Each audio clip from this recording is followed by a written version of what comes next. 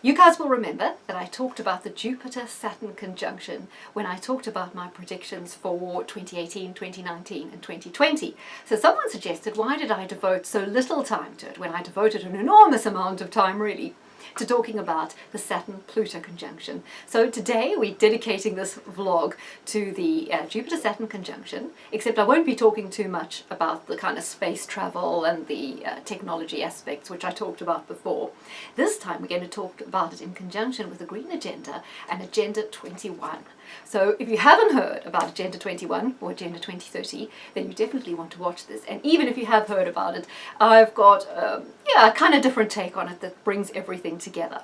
So what is the Jupiter-Saturn conjunction? It's also known as the Rulers of the Ages and the Great Conjunction. And it happens every 20 years. So when I thought about it, well, big deal. I mean, what happens every 20 years that's going to be that important? But what is important about it is it keeps reoccurring in the same element for about 240 years. And it's when it switches element that it becomes really important. So for the last about 200 years, it's been reoccurring in Earth. But in 2020, it's going to happen in Aquarius, which suggests the shift moving to air. And that is why it's so important. So I'm going to come on to talk about that. Also, this Jupiter-Saturn thing, when it happens in Earth, it's been connected to what they call the presidential death cycle, which is kind of an interesting thing to look at. It's like, doesn't involve any predictions, but on the other hand, it's something that's often mentioned when you talk about Jupiter and Saturn, so we'll have to come to that. So I was reading some of the texts, and they were talking there about this Jupiter-Saturn conjunction having been happening in Earth for the last 200 plus years. And the guy said, oh yes, materialism, blah, blah, blah. I thought, yeah, shows a lot about your politics. And it's also really insulting to those of us who have a lot of earth signs in us to say that it's all just about materialism. I mean, what absolute codswallop. Let's look at the wonderful things that have happened. So, for example, while we've been having Jupiter and Saturn conjunctions in Taurus, that's the sign of the builder, we've had fantastic cities like New York and Chicago were built. Later on, when there was another conjunction in Taurus, modern cities, Sydney, Johannesburg, cropping up. And when we had the Jupiter-Saturn conjunction in Taurus in the millennium, look at the changes since then. I mean, the cities like Mumbai, Tel Aviv, Dubai, they're unrecognizable. There's been a huge surge in building and skyscrapers going up in these cities. Even London's been totally transformed in terms of the skyline. So definitely a massive amount of building. What else has been happening since then? We had the Industrial Revolution, which is one of the biggest things that have happened to mankind in terms of creating a middle class, lifting so many people out of poverty, empowering people, creating so many more jobs and great ways of people to earn money. That's all down to the Jupiter-Saturn conjunction in Virgo, which is the sign of industry and of invention.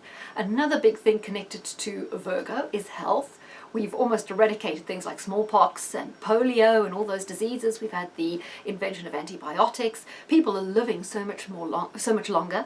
I mean, basically, if you live in Western Europe or United States now, pretty much anywhere on the earth, you probably are one of the most privileged people that have ever walked this planet, even if you're not that privileged, just by virtue of all the progress that we have made.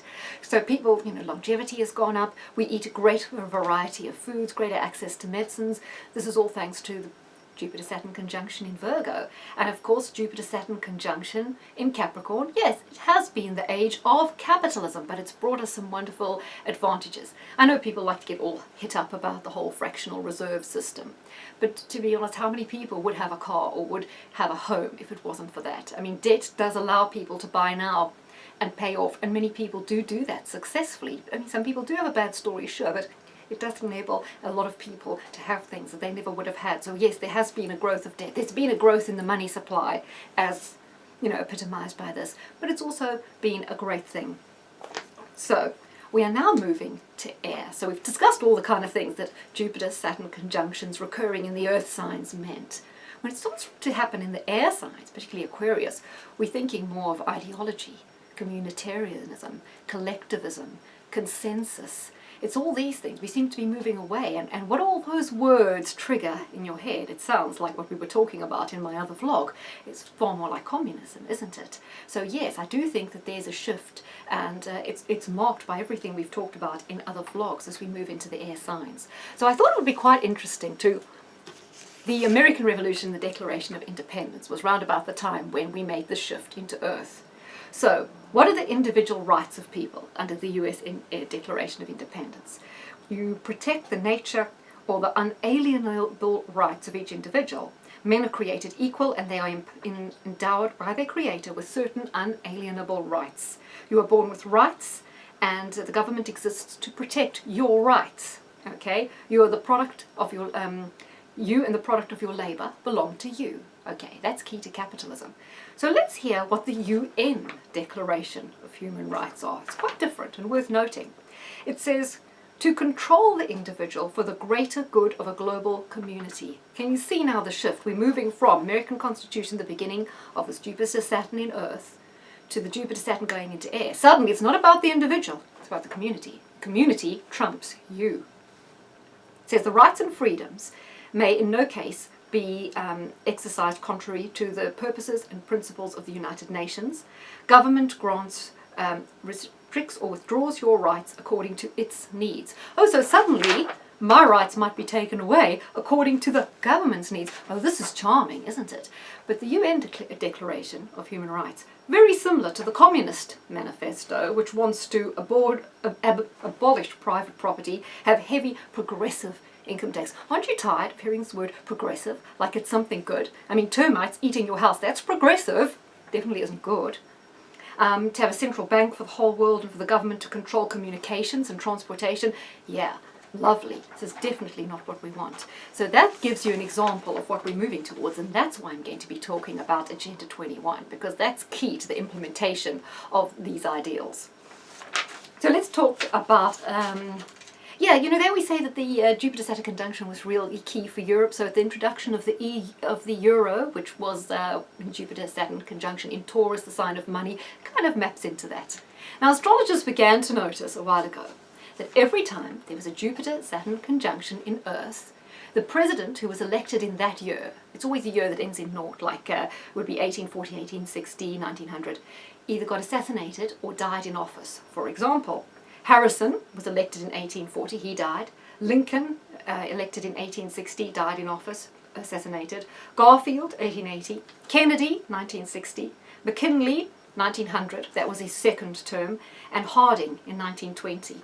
Now the only exception was that in 1980, when Reagan was elected, they had a Jupiter-Saturn conjunction, but it was in Libra. So it was a bit of an anomaly that year. It was in Libra. So yes, he was shot, but he wasn't killed. And then in 2000, there was of course one, but as we know, Bush didn't die in office, you know, well, touch wood for him. But maybe it was because Al Gore was meant to be president, so maybe it worked like that way, and perhaps that's why he avoided it. But does it make any difference? I think the two of them are exactly the same anyway. Now, what is Agenda 21? Well, it's also known as the Agenda for Sustainable Development, and it's also known as Agenda 2030. So it was originally called Agenda 21 because it was the agenda for the 21st century, and then when they realized it wasn't going very well, it was going to take a little bit longer, they've called it Agenda 2030, which is why you'll be seeing a lot of environmental scare stories where they say, by the year 2030, this, that, and the other thing, because they're kind of gearing you up for that. It's also called Sustainable Development, so if you live in either a municipality or a local council, you can look on their website and you'll find that word. It's a declaration in the UN. It's not a conspiracy. It's a document that actually exists. You can download it from the UN's website and have a little read. I went to my local council, I won't go there, I looked at their website and I checked out and I saw they also have an agenda for sustainable development, but they've done nothing with it since about 2008. So I guess it ain't going that well, which I'm pleased about that. So how did this all kick off? Well, in 1992, they had this World Environment Conference in Rio, and the representatives from every country in the world went along there. So I listened to a rather interesting vlog of a woman. She was a Democrat, she was really green, environmental, and her husband was, I think, in the Bill Clinton administration, or it was Bush then. And she went along to this conference and she was really eager to see what they were saying. But as she sat there listening to speech after speech, as every representative from every different country got up and did their spiel, she started noticing something a little bit unusual. That every speech made, not so much by the Western European leaders, but every other leader was almost identical. There might have been a few differences, but they were all saying the same thing. So she thought, this is coordinated. Now what they were all saying is, we are not prepared to do anything about the environment or to clean up our act unless America pay for it. And she was beginning to get a little bit concerned. Roll on to the Paris Accord, and I know a lot of people get upset when Donald Trump pulled out of it, but it's not really about polar bears and the environment. It's about the takedown of America. It's about getting rid of American industry. It's about the loss of millions and millions of American jobs and of the American taxpayer paying trillions to the rest of the world. So this whole Paris Accord thing, it's totally asymmetric. It puts all the onus on people in America and people in Western Europe to clean up their act, to have, clean power and whatever. But China can carry on building their heavily polluting coal-fired power stations till at least 2030. India can carry on doing it until 2050. If you have a car in the UK or anywhere in Europe, and if it does less than 55 miles per gallon, if it does any more than 50 miles per gallon, that's great. And in America, it's 52 miles per gallon. So if it does any less than that, you're better off with an electric car. But in India, the power plants are so polluting that even if you have a car that does 23 miles per gallon, you're still better off driving that car than getting an electric car because their power stations are so filthy. So all the industry is being moved to countries where there's very low regulation, where government's incredibly corrupt and can be paid off, where the local media is very ineffective and therefore can't report on the various environmental or human rights abuses that are taking place. And so all industry is being moved there. So it's not more ethical, it's not empowering the people in those countries, it's empowering and creating an elite of very wealthy in those third world countries at the expense of the ordinary people and at the expense of the American taxpayer. So that's why, this whole Paris Accord, it certainly isn't an America first policy. Then the next thing that we can talk about on this, because it all comes back to CO2, doesn't it? And when they invented the microwave, the inventors had a Geiger counter on the outside. They were going to sell it like that. Then the marketing people, they nearly had a cadenza. They said, what the hell is that thing on front of the microwave? And they said, well, it's a Geiger counter so people can see if it's emitting radiation. And they said, get that thing off. No one's going to buy it with a Geiger counter on there. It's going to scare people. And again, this whole CO2 thing, it's marketing because everyone knows what CO2 is. So although CO2, it's only like the model for climate is incredibly, incredibly complex. CO2 is only 3% of what drives climate. But they focused so heavily on it because it's simple and people know what it is and they understand it. What they don't tell you very often is that our whole solar system is changing. Jupiter, the biggest planet in our solar system, it's really heating up. And that is not because of all the BMWs that Germany are exporting over there. And since time immemorial, Jupiter's had this red spot on it that's been visible. And that red spot is getting smaller and smaller and smaller. There are a lot of changes going on with our sun, with our solar system. It's not just about CO2. Plus, haven't you guys ever wondered, back in the 90s, we didn't have all these cell phone masts everywhere. We didn't have Wi-Fi. None of that existed. Imagine it now exists on a mass level. It's ubiquitous. It's got to have some effect on the environment with all the irradiation. And we haven't even gone, don't even get me started, on 5G. Because it's not, people don't seem to understand, it's just thinks like it's a step up from 4G. It involves having amplifiers on every lamppost in every neighbourhood to amplify this. They're taking trees down all over the UK because wet leaves interfere with the signal. It's a huge step up of radiation, and there's been no kind of studies to find out exactly how this is going to implicate on our health. Apparently Lloyd's of London won't even insure the whole thing, so you've got to know that if they won't insure it, maybe they know something that we don't. So there's so many factors, and I think it's kind of it's a little bit simplistic to bring it all down to C2, and they don't seem really to be worried about these other factors. I have a friend on my Facebook who's part of the Lib Dems, and I asked him, is there any concerns in his party about 5G? Nope. It's great, isn't it? Isn't it wonderful? No, not concerned. I don't think he even understood how it was different to, say, 1G, 2G and 4G. And I once wrote to UKIP and I said to them, is there anyone there concerned about genetically modified food? And they said, they don't have a policy on it because no one agrees on it. So you can see all these parties are very, they're quite lame when it comes to this whole issue. They're not really thinking it through. They're focusing on the one issue, which in this case is carbon dioxide. But did you know that farting cows in India create more damage to the environment than all the cars in Europe put together? And yet you'll never hear them complaining about the big issue of bovine flatulence, will you? So Anyway, so they had this whole Rio conference, and out of it came Agenda 21. And it was written by two people. The one was a man, Maurice Strong, got quite an interesting background. He was from Canada, kind of a nobody. He was working at a nightclub when Rockefeller discovered him. He had a meteoric rise to fame. He died actually just last year, I think.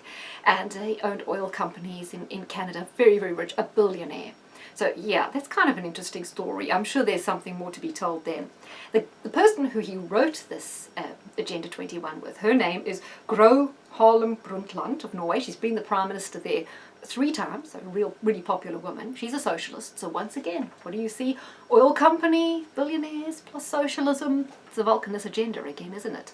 So they started working on this whole thing and coming up with Agenda 21, in which we're going to start talking about what it all means, but this is key to it. Now, at the beginning of this year, at the World Economic Forum in Davos, one of the journalists wrote this. He says, "We have entered a new Middle Ages, an era that most resembles the pre-Westphalian era of nearly 1,000 years ago. That was a period of history when the East was as powerful, if not more powerful, than the West. Cities mattered more than nations. Powerful dynasties and trading companies were the engines of growth and innovation. Private mercenaries fought in all the wars. Religious crusades shaped intercultural relations, and new trade routes over land and sea forged the world's nearly global economy." That, in a nutshell, is one of the most significant things I've seen written, for a long time. I'm going to put it just like that in case you want to do a screenshot and read it for yourself, because that epitomizes what the globalists have in mind for us. It's not all good, is it? I mean, religious crusades, powerful dynasties shaping the thing, private mercenaries, you see. And it's been talked about recently that the way to get rid of the wave of populism is through cities, the Global Cities Initiative. They had a big meeting in Chicago earlier this year, and the world mayors are meeting in Bristol. They'll be meeting beginning of this November. So the whole push is to make cities more important than countries. So everyone's going to be sort of forced into the cities. The cities will be important. They'll be where the power is. They're also where they can control you better. And that's the way they see it going. So this is a wonderful example of exactly the kind of thing that they have. It doesn't sound good to me. It sounds very controlling as well. But that's what they've got in mind. Okay, so what is the Westphalia? Well, Donald Trump, he's very interested in taking it back towards Westphalia, which is the power of the nation state. That's why he's eager to get out of all these bodies like the IMF, the WTO, the World Court system and all that, World Justice System. All these big bodies were engines of globalism, and he's interested in pulling back from those because they're very authoritarian. There isn't a lot of oversight. We don't even know who these people are. They're not accountable. They tend to be making a lot of laws which affect us. It's very top down, whereas the Westphalian model of the nation was that it's bottom up, like the common law sort of system in the UK, where you live in a community, in a nation, you have common values, maybe a common religion, you share a geography, you have a lot of commonalities, and from that grow laws or customs that become laws, and everyone sort of understands the laws because they've grown up around you within your culture. But when these laws are being forced on you from above, from these mysterious organizations that very few people know a lot about and not even reported on, that's when you lose a grip of your country. And that's kind of why I think we have this whole globalist push where people want to get back control, and it's very valid. It's going back to a model that served us well for 1,000 years, which seems to me a heck of a lot better than this model that I was just talking to you of the powerful cities, blah blah blah. So back to this whole Agenda 21. One of the key planks of it is property rights. Now we know we talked about that too in the communist agenda. They want to get rid of property rights, individual ownership of property. Now that might seem a little bit extreme, but it is happening, and I'm now going to give you a couple of examples of how exactly it's happening.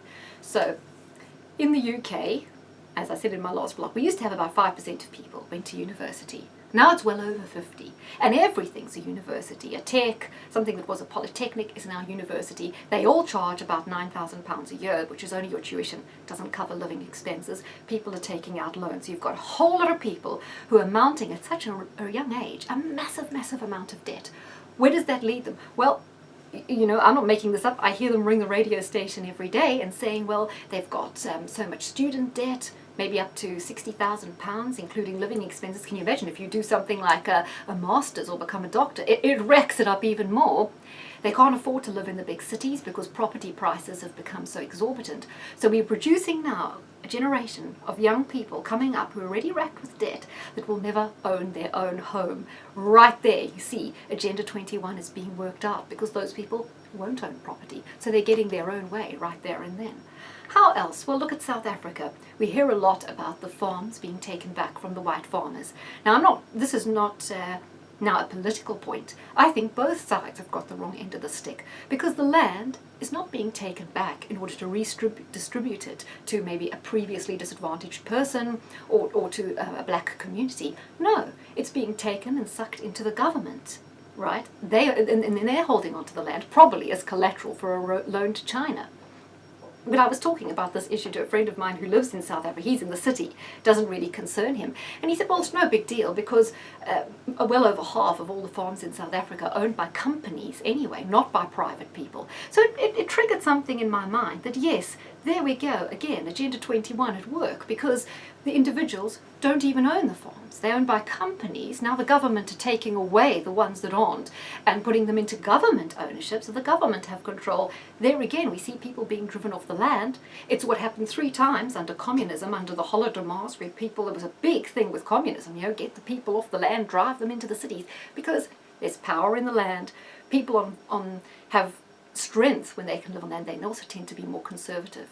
So I don't know if many of you, I bet you did watch the World Cup in Russia, and it was really excellent soccer World Cup. And I couldn't help notice when they went to the various cities like Saransk, Samara, Rostov, Nizhny Novgorod, everything's flats. It's just block after block after block of people living in flats, and maybe 15 stories high. And that was the Soviet model. You lived in a flat. It was only big enough to accommodate your needs. In most cases, you had to share with other families.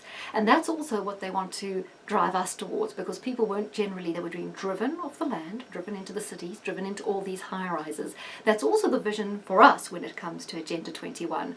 They want to set aside more and more of the countryside under things like called wetland projects. And it all sounds great because it's conservation and it's looking after the land, but it really is shutting it off for everyone but the elite. If you look right through the Agenda 21 document, they're not even keen on things like hiking or mountain biking or people going fishing or all these things that we've all grown up with that are quite normal and natural, that they also want to cut down on. So the idea that they're moving towards for Agenda 21 as well is you wouldn't have sort of a couple living in a big house with a swimming pool and a tennis court. No, you have to live within your means. If they're two people, 2 adults, well, if you're married, you've got 1 room. If you've got 1 child, 1 room. It's going down to that level because it's more sustainable. And of course, that's how it's all going to be pushed on people by saying, obviously, you all have to be sustainable. Just to go back, if you follow the news in America, you would have probably definitely heard of the Bundys and the Hammonds. Now, American ranchers in the northwest of the country, particularly in Nevada and Utah and Oregon, they've had property rights, prospecting rights, mining rights, ranching and farming rights on that land being passed down through the centuries. Suddenly, they're running into all these problems because the BLM,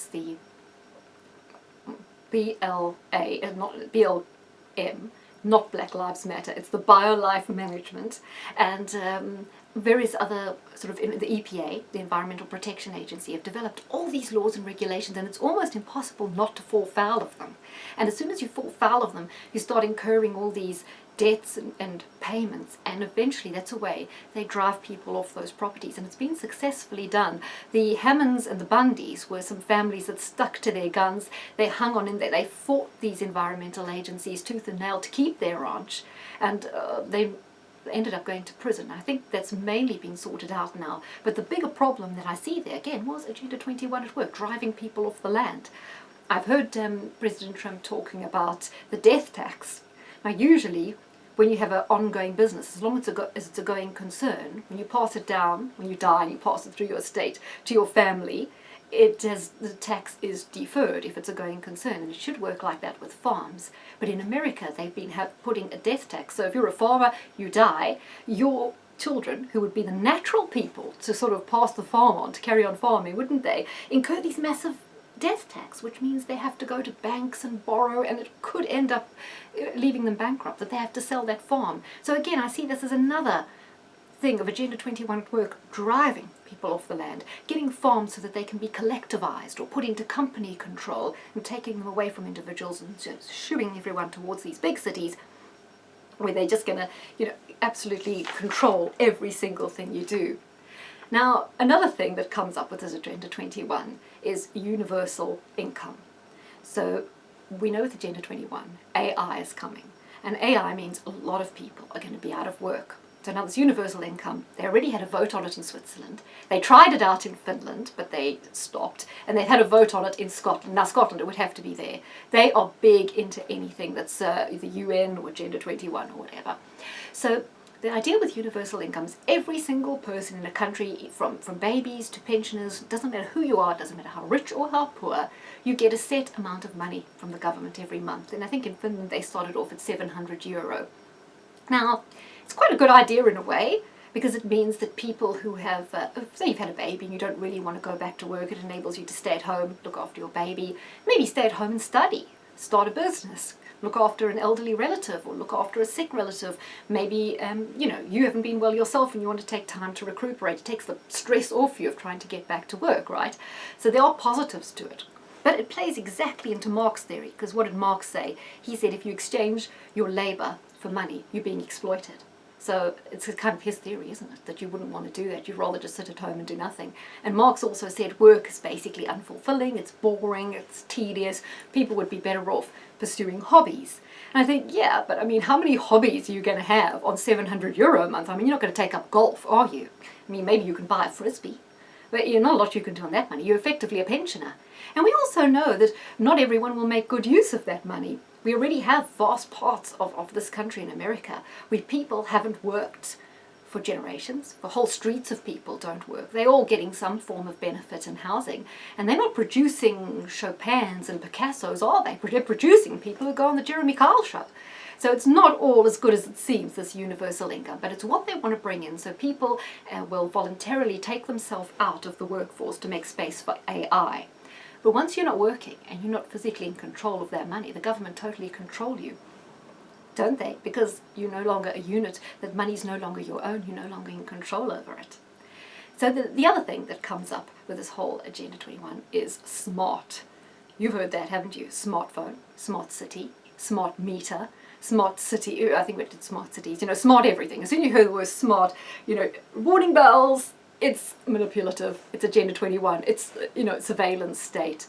So for example, when they're putting smart meters in homes, isn't that great? Then they can monitor every appliance you're using. So I'm seeing down the road, probably get a letter in the post saying, why did you run your washing machine 3 times on the 24th of May? That's not very environmentally friendly, we're issuing you a fine.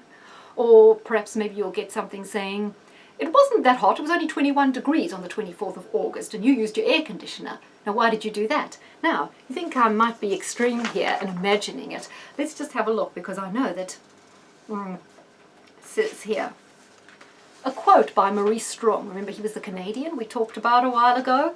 He said, it's clear that current lifestyles and consumption patterns of the affluent middle class involving high meat intake, consumption of large amounts of frozen and convenience food, use of fossil fuels, ownership of motor vehicles and small electrical appliances, home and workplace air conditioning, and suburban housing are not sustainable. So great, the architect of 21 thinks that we should all be, living in mud huts or something.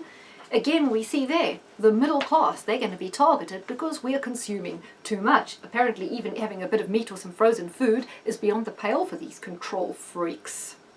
Yeah, so that's exactly that. Then I begin to think of the new system they've got in China, the social score. Now, when we were in primary school, we used to get disorder points, didn't we? So if you displeased your teacher in any way or weren't well behaved, you got a little black mark. And at the end of term, if you had too many of those black marks, you might not be allowed to go on the school trip. Well, in China, they have a similar system. So if you've maybe criticised the government or said something on Twitter you shouldn't, you get a little mark against your name. So when you go to book an airline ticket or travel on a train, you might be denied. Isn't this a fantastic way to control society? And I think that's why they're so keen for every one of our appliances to have Wi-Fi on them, so we're all connected to the Internet of Things. So it's not just our computers and our phones that are connected to the internet. It's everything. It's our fridge. It's every one of our appliances, our slow cooker, so that if we are disobedient, they can literally switch us off. Not only switch our bank account off, because everyone will be online banking, but even things you might need to use in your home. So it's kind of scary, and it's a system of total control. G5 is very much a part of this whole smart agenda, because the smart cars can't really work without the G5, because it's total and complete mapping of every single area. Because of course, if you're going to have a car driving itself, it must know not only the routes, it's got to know and anticipate the speed and position of every other car, cyclist, dog, walker, jaywalker. It must anticipate everything in a total environment. So the G5 enables it to do that by the total mapping of everything. But it's also the total mapping of you in your home and what you're doing. And the scary thing is that this country has totally, gone over their heads, is that the two top G5 firms are Chinese. So as soon as you have Chinese G5 systems all over the UK, you may as well forget about any security, any intelligence, your army and everything, because the Chinese are going to know everything that's going on in this country. And I think Donald Trump has actually logged onto that, because he wants to bring the US 5G firms up a few notches and into line, so they do have it there at least. But I still don't think it's a good thing in terms of the radiation and whatever. So just to link to a big advocate of this whole green agenda is none other than Mikhail Gorbachev. So you'll remember him from the days of, communism. And he helped that nonsense all go away, didn't he? Not so much. He said, "Your children's children will live under communism. You Americans are so gullible. No, you won't accept communism outright, but we'll keep feeding you small little doses of socialism. And when you finally wake up and find out, you'll already have communism. We won't have to fight you. We will weaken you until you roll over like ripe fruit into our hands." And isn't that exactly what I was talking about in the vlog in communism? So that's again. Now another guy who's, quite a few of these guys have been dying recently, but unfortunately I think their kids have taken up the mantle. David Rockefeller is another one.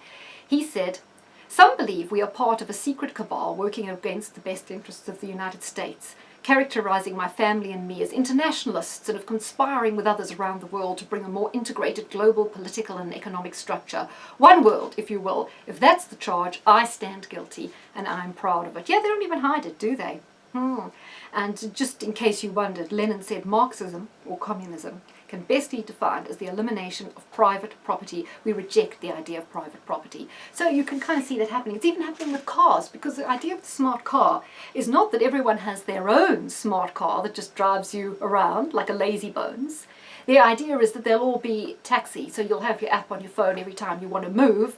You'll just plug in and the smart car arrives to pick you up and takes you around. So there's not a lot of freedom in that. I think the day is soon where we jumped in our own car, took a drive out into the country or wherever we wanted. Those days are soon going to be gone, judging by what they have here in Agenda 21.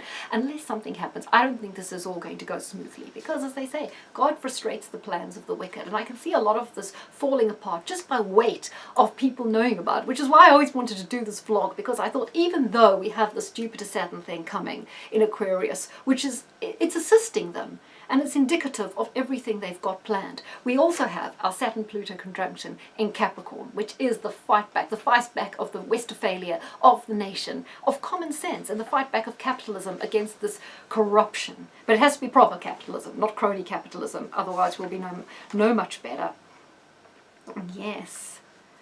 This is another quote by Mikhail Gorbachev. As I say, he's a big green advocate, and that's one of the main things he does now, is the green agenda. And this is just to show you again that the green agenda is a watermelon. It's green on the outside, red on the inside.